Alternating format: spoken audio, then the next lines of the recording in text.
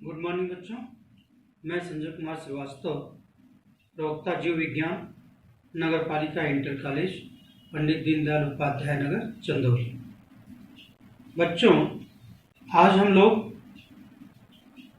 जीव विज्ञान विषय के अंतर्गत जैव प्रौद्योगिकी अर्थात बायोटेक्नोलॉजी चैप्टर के अंतर्गत इसके सिद्धांत एवं प्रक्रम के बारे में पढ़ेंगे। That is biotechnology, it's principles and processes के बारे में हम पढ़ेंगे। तो सबसे पहले बच्चों, हम इसकी परिभाषा समझते हैं कि जैव प्रौद्योगिकी की परिभाषा क्या होगी और क्या होनी चाहिए। तो अगर इसको परिभाषित किया जाए तो यह जीव विज्ञान की वह शाखा है या विज्ञान की वह शाखा है जिसके अंतर्गत मानव हित में जीवों के अंदर बदलाव करके ऐसे उत्पाद अथवा जीव उत्पन्न करना है जो मानव के लिए लाभदायक हो। इसको अंग्रेजी में इस तरह से डिफाइन करेंगे कि biotechnology is a branch of science that deals with the use और alteration of organisms, cells, plants, animals or biomolecules for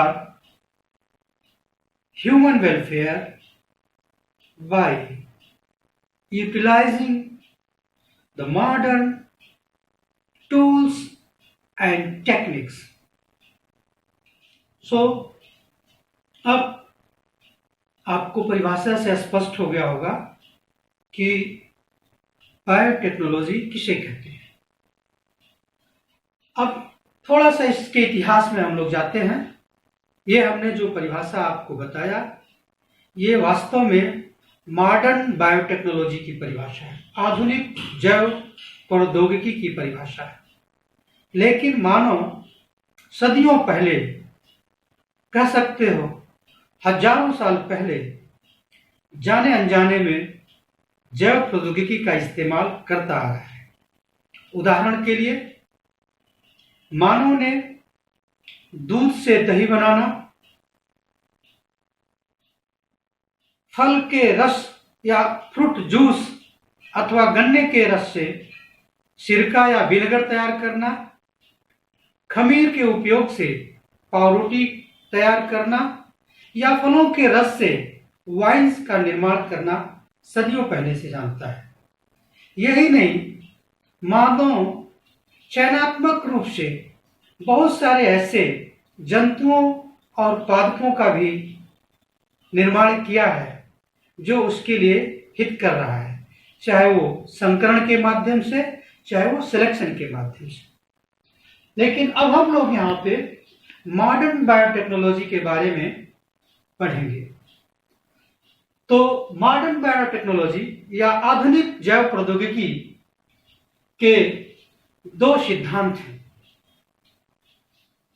उनको हम जेनेटिक इंजीनियरिंग और केमिकल इंजीनियरिंग कहते हैं, अर्थात हिंदी में इसे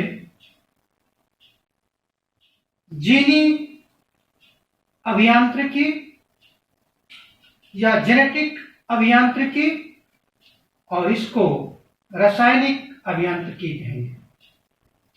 ये जो जेनेटिक इंजीनियरिंग है, इसको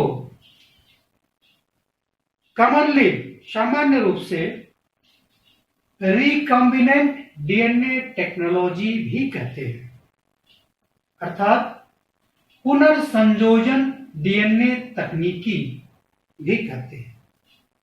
वास्तव में अगर देखा जाए तो मॉडर्न बायोटेक्नोलॉजी की नींव 1970 में स्मिथ आर्बर एंड कोहेन नामक 3 वैज्ञानिकों द्वारा एक विशेष प्रकार के एंजाइम की खोज से प्रारंभ हुआ। हम आगे उसको पढ़ेंगे। उस एंजाइम को रिस्ट्रिक्शन एंडोन्यूक्लिएज एंजाइम कहते हैं, जिसको हिंदी में प्रतिबंधित एंडोन्यूक्लिएज एंजाइम कहते हैं। तो रिस्ट्रिक्शन एंडोन्यूक्लिएज एंजाइम की खोज और आधुनिक जैव प्रौद्योगिकी की नींव एक साथ पढ़ती है। चलिए हम लोग इसको 1 बाय 1 पढ़ते हैं। तो पहले हम जेनेटिक इंजीनियरिंग अथवा रिकॉम्बिनेंट डीएनए टेक्नोलॉजी के बारे में पढ़ेंगे कि इसमें कौन से टूल्स और टेक्निक इस्तेमाल होते हैं। तो बेसिकली अगर देखा जाए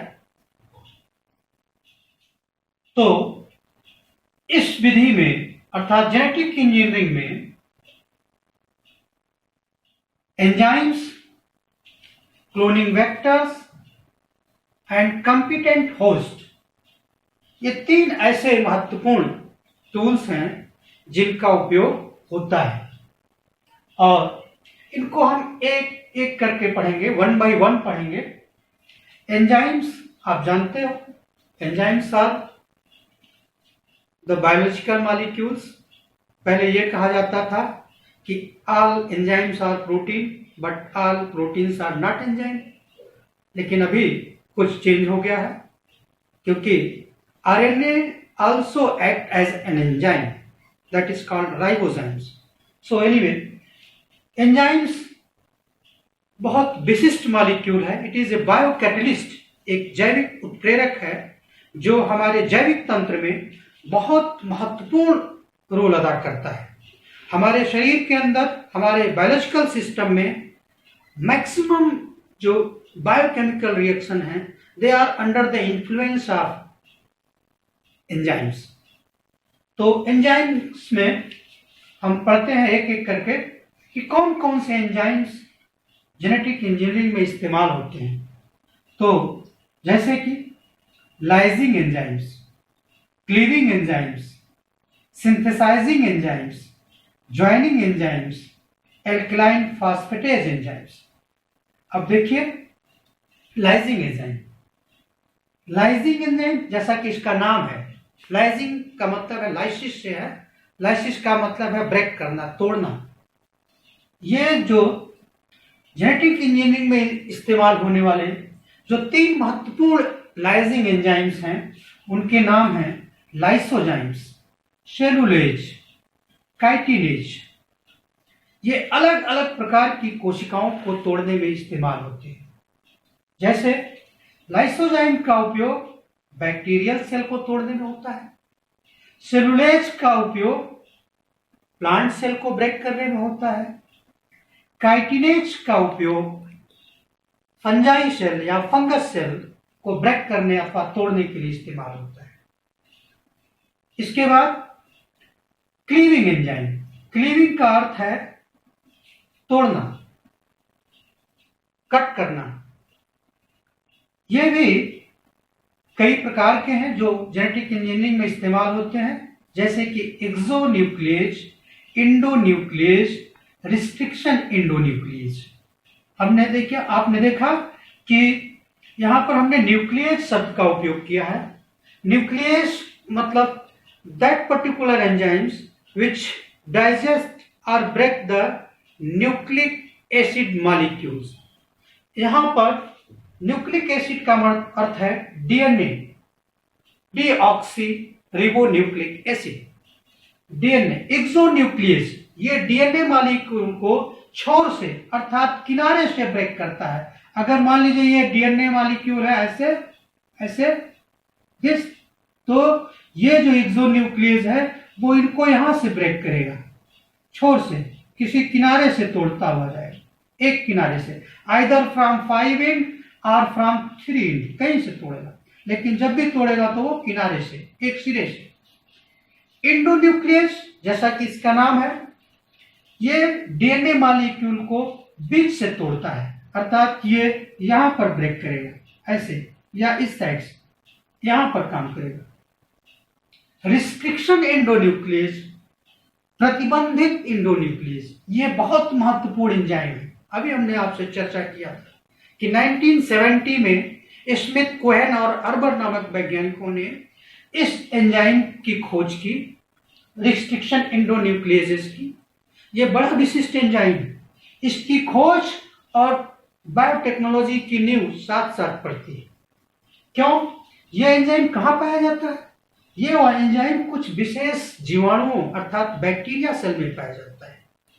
ये एंजाइम जीवाणु अपनी सुरक्षा के लिए बनाते हैं। क्यों?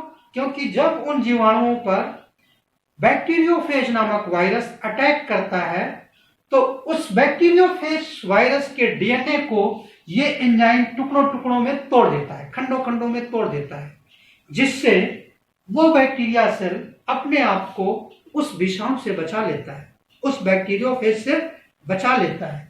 तो that is a kind of protection measures that has been developed inside a bacterial cell to protect it, उसको सुरक्षा के लिए, उसकी अपनी सुरक्षा के लिए वैज्ञानिकों ने इसी का इस्तेमाल किया, रिस्ट्रिक्शन एंडोन्यूक्लियस। इसकी विशेषता क्या है? ये एक निश्चित क्रम पे डीएनए के एक निश्चित न्यूक्लियोटाइड सीक्वेंस को पहचान करके ही वही कट करता है। ये बहुत अच्छी विशेषता है इसकी। वह डीएनए को कहीं से नहीं कट सकता, एक निश्चित स्थान पे काटता है, एक निश्चित पॉइंट पे काटता है, उसको पहचान करके काटता है। इसी नाते या इसी कारण इसको रिस्ट्रिक्शन एंडोन्यूक्लियस कहते हैं। अब ये कहाँ काटता है? ये भी कई तरह का होता है, टाइप 1, टाइप 2, टाइप 3। इसमें जो टाइप 2 रिस्ट्रिक्शन एंडोन्यूक्लियस है वो वेरी इंपॉर्टेंट है। क्यों? क्योंकि वो एक पर्टिकुलर सीक्वेंस को, यही ज्यादा इस्तेमाल में आता है टाइप 2, क्योंकि यही एक पर्टिकुलर सीक्वेंस को पहचानता है। और ज्यादातर ये पैलिंड्रोमिक सीक्वेंस, छोटे से सीक्वेंस, ऐसे न्यूक्लियोटाइड बेस पेयर जो लगभग मान सकते हैं 8 से 10 या 6 से 8, 6 to 8 बेस पेयर के होते हैं उनको, और वो पैलिंड्रोमिक होते हैं, अर्थात वो कह सकते हैं, अगर आप यहाँ पर देखिए GAATTC है तो इधर से उल्टा जो है यहाँ पर AATTC।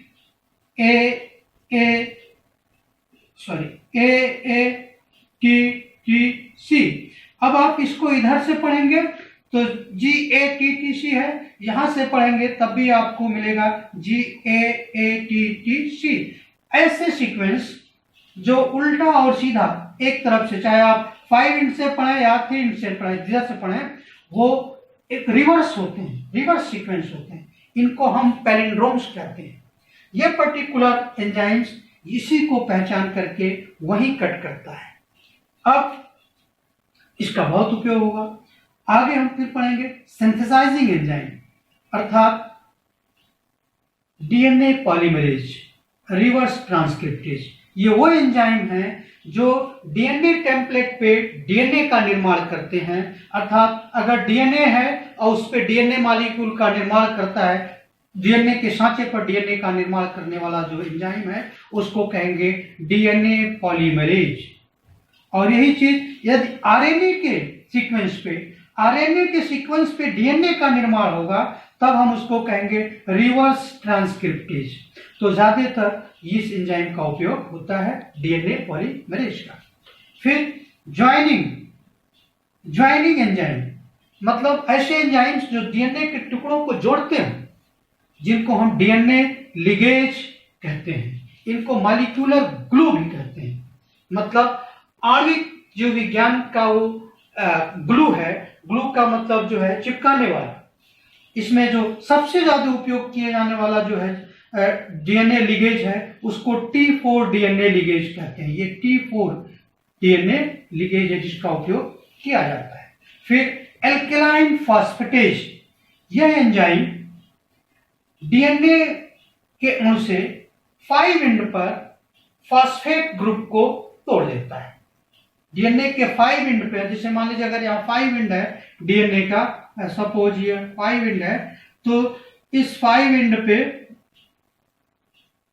ये जो 5' है, यहां पर अगर फॉस्फेट मॉलिक्यूल है तो इस फॉस्फेट मॉलिक्यूल्स को ये ब्रेक करता है, एल्कलाइन फॉस्फेटेज। अब हम लोग एंजाइम्स के बाद क्लोनिंग वेक्टर के बारे में जानते हैं। क्लोनिंग वेक्टर्स, जिसको हम वैकिल डीएनए भी कहते हैं, ये क्या होते हैं? ये वो होते हैं, ऐसे वैकिल्स होते हैं, डीएनए के छोटे मॉलिक्यूल्स या अणु होते हैं जो कह सकते हो फॉरेन डीएनए को या डिजायर डीएनए को, वांछित डीएनए को वो अपने साथ जोड़ करके किसी दूसरे होस्ट कोशिका में पहुंचाने का कार्य करते हैं। इनको हम क्लोनिंग वेक्टर्स कहते हैं। इनकी क्या विशेषताएं होनी चाहिए? इनमें क्या विशेषता होती है? इनमें जो विशेषता होती है, पहला कि ओरिजिन ऑफ रिप्लिकेशन, प्रत्येक क्लोनिंग वेक्टर में एक निश्चित पॉइंट होना चाहिए जहां से डीएनए का रिप्लिकेशन शुरू हो सके, जहां से डीएनए की कॉपी करना शुरू हो सके, उसको हम ओरी कहते हैं। दूसरी विशेषता सेलेक्टेबल मार्कर, अर्थात उस क्लोनिंग वेक्टर के अंदर एक सेलेक्टेबल मार्कर होना चाहिए, एक ऐसा पॉइंट होना चाहिए जिसके आधार पर उसकी पहचान की जा सके, उसको मार्क किया जा सके। तो इसमें जो है अधिकतर सेलेक्टेबल मार्कर में उपयोग होता है, बहुत सारे जीवाणुओं के अंदर पाए जाते हैं, उनको हम कह सकते हैं एंटीबायोटिक्स रेजिस्टेंस, जैसे tetracycline resistance, ampicillin resistance, chloramphenicol resistance, kanamycin resistance, उस आधार पर हम उसको पहचान सकते हैं, वो मार्कर का काम करते हैं। फिर रिकॉग्निशन साइट, उस क्लोनिंग वेक्टर के अंदर एक पर्टिकुलर सीक्वेंस होना चाहिए जिसके आधार पर रिस्ट्रिक्शन एंडोन्यूक्लियस उसको रिकॉग्नाइज कर ले, उसको पहचान ले। तो कौन से क्लोनिंग वेक्टर क्या क्या हो सकती है, तो उनकी विशेषताएं होंगी और इसके रूप में कौन काम कर सकता है। इसका पहला प्लाज्मिड्स, जो सबसे फेमस प्लाज्मिड यूज किया गया है अब तक, उसको PBr 322 प्लाज्मिड्स कहते हैं। प्लाज्मिड्स क्या होते हैं? They are the extra chromosomals DNA molecule found in certain bacteria. कुछ विशेष जीवाणुओं में मूल डीएनए के अलावा जो अतिरिक्त डीएनए पाया जाता है कोशिका उस द्रव्य में, उसको हम प्लाज्मिड्स कहते हैं। इनका सबसे ज्यादा उपयोग किया जाता है बायोटेक्नोलॉजी में। फिर कॉस्मिड्स, ये वायरस और प्लाज्मिड्स को मिलाकर बनाया गया है, कॉस फैक्टर है एक बैक्टीरियोफेज का, उसको और प्लाज्मिड्स को जोड़कर वैज्ञानिकों ने बनाया है, इसको कॉस्मिड कहते हैं। इसका इस्तेमाल कर सकते हैं एज ए वैकिल डीएनए के। बैक्टीरियोफाजेस, ऐसे जीवाणु भोजी विषाणु का उपयोग किया जा सकता है। आर्टिफिशियल क्रोमोजोम, तमाम सारे ऐसे कृत्रिम क्रोमोजोम्स वैज्ञानिकों ने बनाया है जिसका इस्तेमाल क्लोनिंग वेक्टर्स के रूप में किया जाता है। उनमें जैसे BAC bacterial artificial chromosomes, YAC yeast artificial chromosomes, MAC mammalian artificial chromosomes, HAC human artificial chromosomes. इसके अलावा ट्रांसपोजांस are also called as jumping genes. They are the segment of DNA. They change their places from one chromosomes to another chromosomes.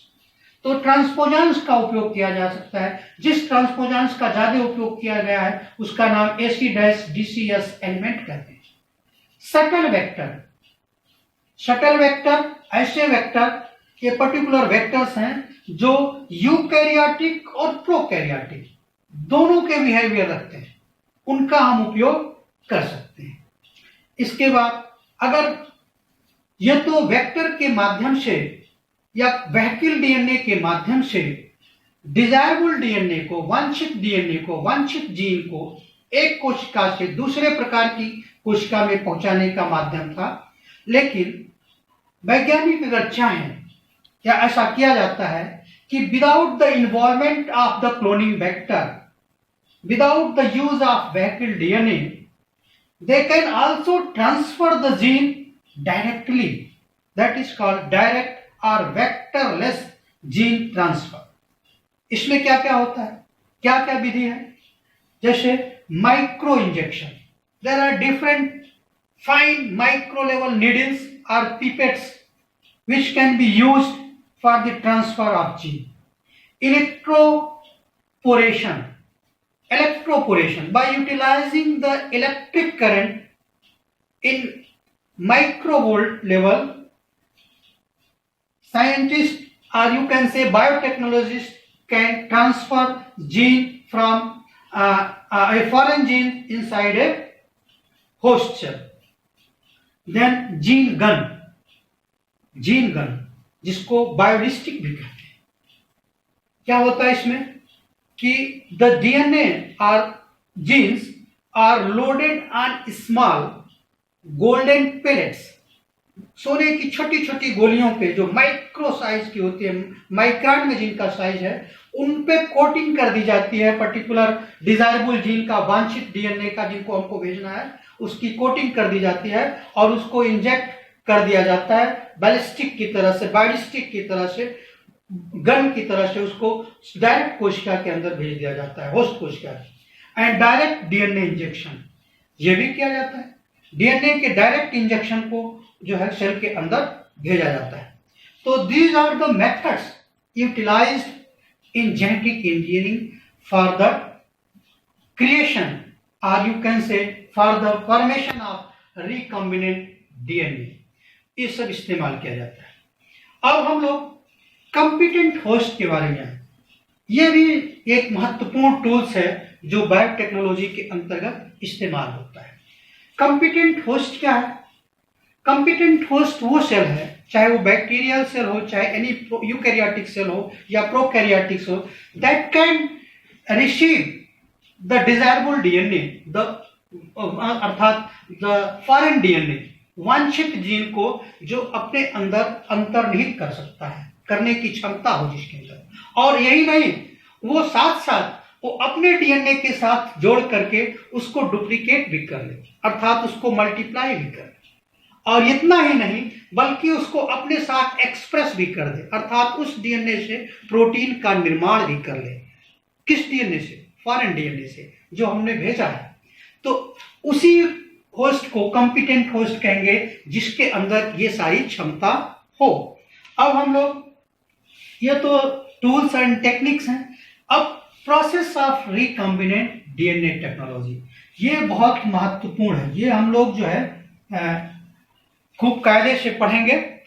तो अब ये जो सारी चीजें हैं, चाहे एंजाइम्स हैं, चाहे क्लोनिंग वेक्टर्स हैं, चाहे ये कंपिटेंट होस्ट हैं, अभी इसमें बहुत सारी जानकारी है जो आप अपनी पुस्तक से पढ़ेंगे तो आप और डिटेल में इसके बारे में जान जाएंगे। तो process of recombinant DNA technology के बारे में देखें तो there are different process involve step by step, मतलब बहुत सारे तरीके हैं जो एक के बाद एक निश्चित क्रम में भाग लेते हैं या इन्वॉल्व होते हैं डीएनए बायोटेक्नोलॉजी में या जेनेटिक इंजीनियरिंग में। क्या है? Isolation of DNA, cutting of DNA at specific location, formation of recombinant DNA, insertion of recombinant DNA into the host organism, obtaining desirable gene product and finally downstream processing। मतलब ये जो tools है और technique है, इसका इस्तेमाल हम कहाँ करते हैं? इनमें करते हैं। The process of recombinant DNA, जैसे हमने कहा आइसोलेशन ऑफ डीएनए। अब आइसोलेशन का मतलब कि डीएनए को आइसोलेट करना। कैसे हम उसको अलग करेंगे? Here see, by utilising the different types of lysing enzymes. अलग अलग प्रकार के कोशिकाओं के लिए अलग अलग तरह के लाइजिंग एंजाइम है, लाइसोजाइम, सेलुलेज, कैटिनेज। अगर बैक्टीरियल सेल है तो हम लाइसोजाइम का उपयोग करेंगे और उसके सेल वॉल को तोड़ेंगे और डीएनए मॉलिक्यूल को बाहर निकालेंगे। उसके साथ साथ बहुत कुछ और भी निकलेगा, बहुत सारे और प्रोटीन्स निकलेंगे, मैक्रो मॉलिक्यूल्स निकलेंगे, मिनरल्स निकलेंगे, उन सब से हम डीएनए को अलग कर लेंगे। तो प्रोटीन को प्रोटीएज से डाइजेस्ट कर देंगे, अगर पॉलीसेक्राइड है तो उसको उस तरह के एंजाइम से डाइजेस्ट कर देंगे। Finally we extract a DNA big size of DNA molecule. अब उस साइट में हम उसको हमारा डीएनए कहाँ है, हमारा वो जीन कहाँ है, हमारा वो वांछित जीन कहाँ है, उसकी पहचान करेंगे, उसको कैसे निकालेंगे वहां से, क्योंकि वो तो एक बड़ा मॉलिक्यूल है डीएनए का। उसके लिए हम डीएनए को कट करेंगे, cutting of DNA at specific location. किससे कट करेंगे? ये उससे एक रिस्ट्रिक्शन एंडोन्यूक्लियेज का इस्तेमाल करेंगे। देखिए ये कट करेगा डीएनए को, रिस्ट्रिक्शन एंडोन्यूक्लियेज कट कर देगा। वही रिस्ट्रिक्शन एंडोन्यूक्लियेज इस डीएनए को भी कट करेगा, डिजायरेबल डीएनए को भी कट करेगा। और the same restriction endonuclease must be utilise to cut the vector DNA. कोई और डीएनए नहीं, दूसरा नहीं कर सकता ये काम। जिस रिस्ट्रिक्शन एंडोन्यूक्लियेज का इस्तेमाल हम वांछित डीएनए के लिए करेंगे, डिजायरेबल डीएनए को जिसको हमको भेजना है उसके लिए करेंगे कट करने के, उसी का उपयोग हम वेक्टर डीएनए का कट करने के लिए करेंगे। फिर हम देखते हैं क्या उसके बाद क्या है, फॉर्मेशन ऑफ आरडीएनए। कैसे आरडीएनए बनेगा, रिकॉम्बिनेंट डीएनए कैसे बनेगा? आप देखिए, मान लीजिए हमने एक प्लाज्मिड को कट किया, यहां से कट किया, ये दोहरा प्लाज्मिड है ऐसे, और हमने जो पहले से डीएनए हमको जोड़ना है वो यहाँ है ऐसे ऐसे। अब हम दोनों को सेम रिस्ट्रिक्शन एंडोन्यूक्लियस से कट किए हैं और इसको हम यहाँ पर ला करके जोड़ देते हैं ऐसे, यहाँ जुड़ गया। अब ये कंप्लीट हो। अब ये जो फॉरेन डीएनए है, कैसा डीएनए है? फॉरेन डीएनए, और ये होस्ट डीएनए है। अब दोनों मिलकर के जो नया डीएनए बना है, इसी को पुनर्संयोजित डीएनए कहते हैं, या पुनर्योजित या पुनर्संयोजित डीएनए कहते हैं, रिकॉम्बिनेंट डीएनए कहते हैं। यही जो आरडीएनए है, इसी को हम अब कहेंगे आरडीएनए। अर्थात एक ऐसा डीएनए मॉलिक्यूल हमको मिल गया जो जिसके भीतर अपना तो डीएनए है ही, साथ साथ एक बाहरी डीएनए, फॉरेन डीएनए है। फिर इसके बाद हम क्या करेंगे कि ये हमारा तैयार हो गया, insertion of rDNA into the host organism. अब इस डीएनए को हम किसी होस्ट सेल में इंसर्ट कर देंगे, भेज देंगे। कैसे भेजेंगे? By utilising the cloning vectors. ये सारे वेक्टर कोई भी इसको ले जा सकता है। इसके बाद क्या कर सकते हैं, ऑब्टेनिंग डिजायरेबल जीन प्रोडक्ट। अगर ये इसके अंदर गया और फिर वो किसी होस्ट सेल के अंदर गया, ये वेक्टर पहुंचा दिया, अब उस सेल के अंदर अगर वो स्वीकार हो जाता है तो वो अपने को एक्सप्रेस करेगा, वो डीएनए प्रोटीन बनाएगा और उसका प्रोडक्ट तैयार हो जाएगा। फिर उस प्रोडक्ट को हम और प्यूरिफाई कर लेंगे तो हमारा वो डाउन स्ट्रीम प्रोसेसिंग कहला जाएगा। This is all, thank you.